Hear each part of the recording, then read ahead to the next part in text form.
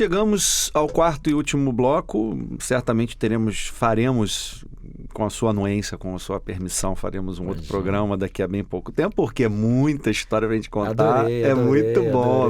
Tô me sentindo é pouco, bem. Né? Muito rápido. Mas tem a gente ainda tem alguns assuntos que eu queria conversar contigo, que era o seguinte: a gente estava falando no terceiro bloco sobre essa questão da relação entre a tua arte, a tua música, e como você consegue hoje ser, além de um grande músico, uma grande história, ser também um mestre no sentido de educador. Você é um educador, você compartilha o teu conhecimento, compartilha a tua experiência com outras pessoas que estão começando. Eu queria que você falasse um pouco sobre como é que começou e o que isso representa para você hoje na tua vida, esse teu trabalho de arte educador. Então, depois de toda essa história que eu te contei aí, essa bagagemzinha, essa mochilinha que eu acumulei aqui nas minhas costas, graças a Deus, eu tive um período de 3 anos de desemprego. Depois de ter tocado com o Tim Maia, com aquela história toda. Eu tive 3 anos de desemprego. E aí eu comecei a cavucar. Estava no meu segundo casamento, tinha comprado um apartamento em obras, cartão de crédito, estava com o Jorge Benjó. Ele cismou de tirar a percussão e colocou uns backing vocal. Ele quebrou a minha firma, legal, mas tudo bem, né? Cada um no seu... E a partir foi até bom porque eu tive um aprendizado gigantesco com isso. A minha vida também se transformou. E aí fiquei nessa, esperando o telefone tocar, gig acontecer, e as gigs não tocavam, o telefone não tocava. E eu comecei a ficar arrasado, de não querer nem tocar o meu instrumento, de tão chateado, revoltado que eu estava. E aí comecei a buscar essa coisa de dar aula. E comecei a dar aula na Lona Cultural de Jacarepaguá, aula de percussão. E na minha rua tem um lugar chamado Camarim das Artes, que é um centro cultural. E aí bati na porta, ela vem cá, eu sou percussionista, não sei o quê. Vou começar a dar tuas aulas. Aí comecei a dar minhas aulas de percussão lá também. E lá, na escola, nesse centro cultural, eles começaram a vender os professores para uma escola. Porque tinha uma lei que era o ensino de música era obrigatório nas escolas. E aí o meu amigo Marcelo Demarque, que foi também chave na minha vida nessa história toda, né? E aí o que aconteceu? Bacana. Eu comecei a dar aula dentro de uma escola, numa sala com mais de 20, com a chamada, com diário de classe. Eu sou autodidata. Eu não tenho licenciatura. Mas comecei a dar minhas aulas. E aí, comecei a criar meu método. Nenhum professor, olha, você vai dar aula assim, claro que eu fui na internet, vi algumas coisas, não sei o que, pesquisei, parará. Mas comecei a criar a minha metodologia. Tipo, hino nacional, tem que trabalhar o hino nacional, não sei o que. Tudo bem. Então vou mudar o hino nacional, eu vou tirar a melodia, vou tirar a harmonia e vou dar o hino nacional. Porque quando eu falo hino nacional com meus alunos, na época de setembro, 7 de setembro, Semana da Pátria, eles falam, pô, Malaguti, hino nacional, mas vem cá, a gente tem que trabalhar, é o nosso país, vamos lá. Aí o que eu fiz? Eu fiz um rap com o hino nacional. Que bacana. Fiz o rap. Ouviram do Ipiranga, mas para a cidade. E aí fui. No outro dia, na outra aula, os alunos estavam lá, Malaguti, vamos cantar o hino. E assim foi. Fui criando, fui fazendo as provas. Tinha prova. As crianças eram avaliadas. Eu comecei a trabalhar com 4 turminhas. Depois já fui para isso tudo na Rede Pense, não vou deixar de falar. Isso porque foi importante pra caramba. Abriram a porta para mim.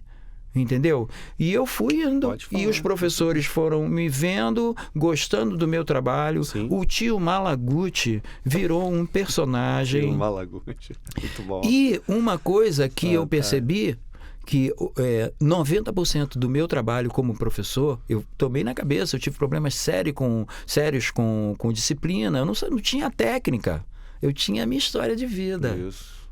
Mas a minha história de vida fez eu me tornar um professor diferente dos outros. Pela vida, né?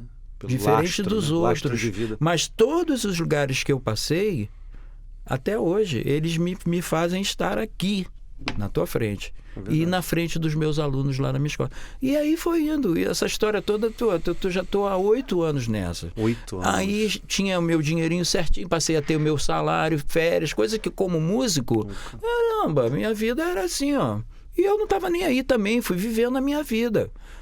Construí minha casinha, depois comprei um apartamento, mas tudo com música. Tudo com esse meu trabalho aí. Mas essa coisa de mito, eu não sabia que eu era um professor. Entendeu? E eu fui conquistando lugares.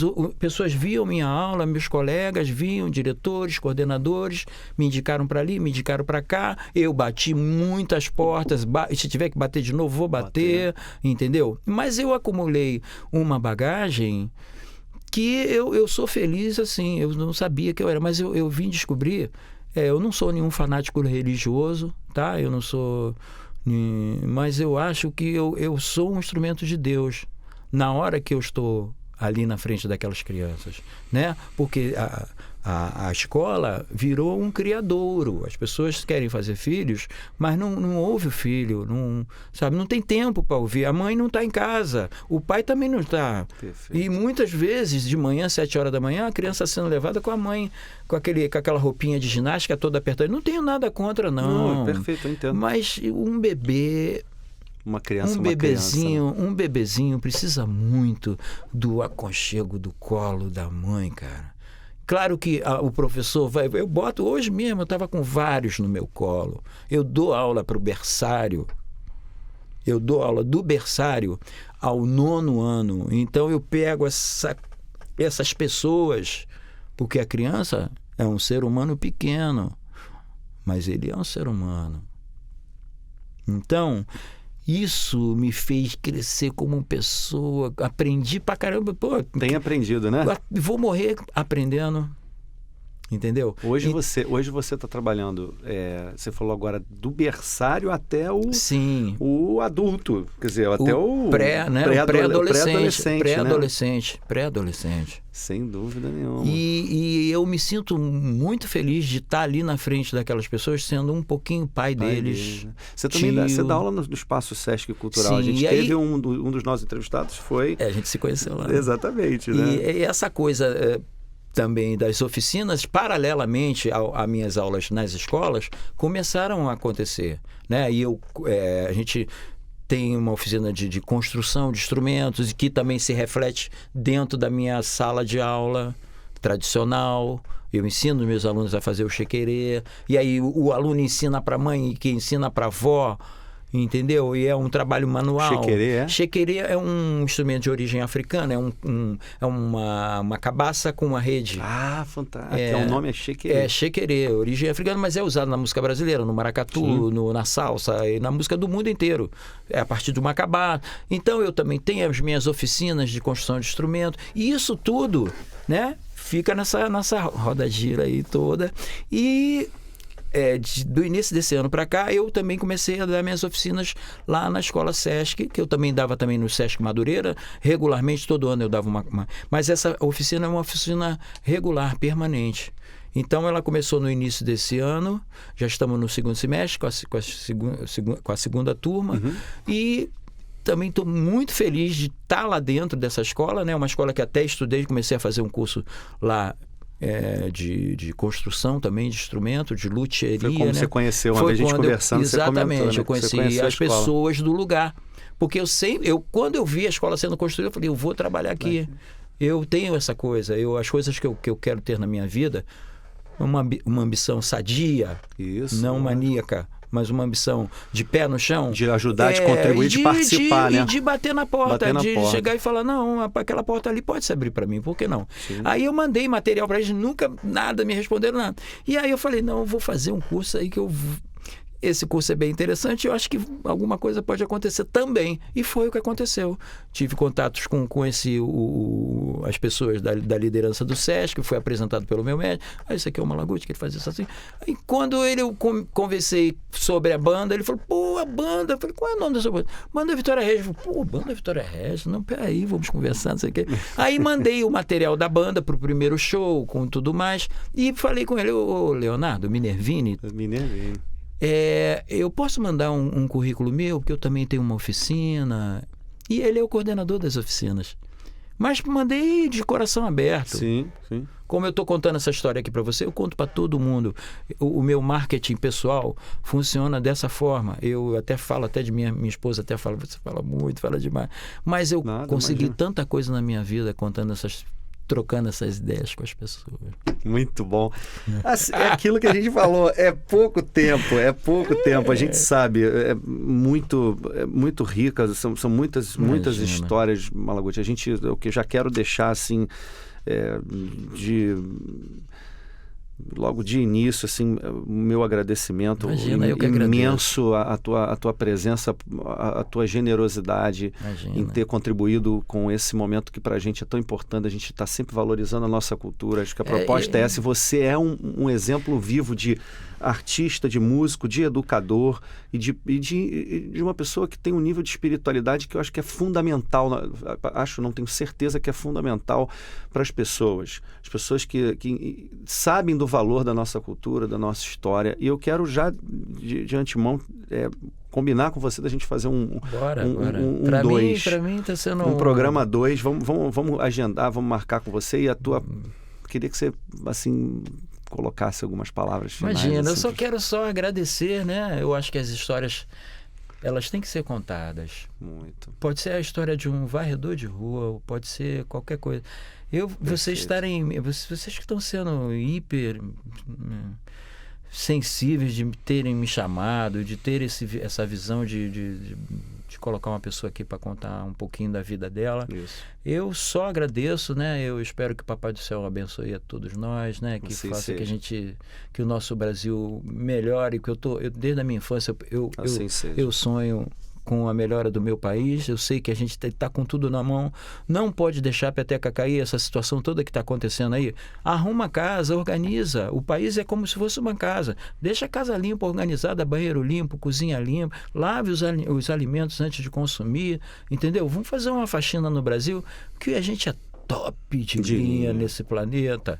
A gente tem um país que nos dá a condição, e minha cidade do Rio de Janeiro, que eu amo de paixão, poderia morar fora do Brasil, viver em qualquer lugar do mundo, mas eu tenho como opção viver aqui na minha cidade, né? A gente sofre violências e tudo mais, mas, poxa, a gente mora numa cidade demais, que nos dá uma vivência, que faz eu fazer a música que eu faço, que faz eu tocar o tambor do jeito que eu faço, que faz eu falar do jeito que eu faço, né? E que todos nós que amamos esse país sabemos que a gente tem total condição de resolver qualquer problema. A gente é rico, a gente tem tudo na mão. Maravilhoso. Os caras roubam e a gente não quebra, cara. Né? E a gente vai vencer. É uma doença que a gente está... a gente está num surto alguns anos ou algumas décadas, mas a gente vai vencer como um corpo que vence uma infecção. O corpo é o corpo, a infecção tem que ser eliminada. Temos um conjunto de coisas maravilhoso. Natureza, população, tudo. Cultura, músicos, pessoas diferentes. Tudo é só arrumado. Espiritualidade, está falando valorizar a palavra, né? E esses caras aí, eles têm que pagar. A palavra, muito bom. Eles vão pagar de uma forma ou de outra. Vai pagar, mas, pô... Quem teve uma formação não pode tirar a merenda de criança, né? Se você é bandido, você foi criado sem amor na rua, entendeu? Eu não vou condenar à morte um ex-menino de rua, mas eu vou condenar à morte uma pessoa que é graduada, que teve uma faculdade, que dormiu em cama limpa, e faz que come bem e faz o que faz, sabe? Não precisa disso. O que eu tenho, cara, tá tudo certo, cara. Se eu tiver que ganhar mais, claro que eu vou curtir, claro que eu vou agradecer a Deus. Mas, pô, se eu tiver que ir embora amanhã, maluco, tô feliz da minha vida. Vamos agradecer, né? Sempre, né? Todo dia, toda hora, sem fanatismo. Vamos para um próximo, muito brevemente, porque senão ficaríamos aqui. Obrigado a casa também. Obrigado a casa por poder pisar aqui nesse lugar que eu já tive outras vezes. Para você. E é a primeira vez que eu venho claro que de qualquer jeito eu tô pisando aqui tem o dedinho dele, do meu querido amigo Cláudio Maza. Sem dúvida. Que é uma pessoa importante pra caramba na minha vida. Nosso amigo. Tenho um maior carinho por ele mesmo. E tenho muito orgulho de ser amigo dele também. Queria que ele soubesse disso. Ele vai saber, ele sabe. Grande abraço, Malaguti. Tamo junto. Até a próxima. Brigadaço. Muito bom.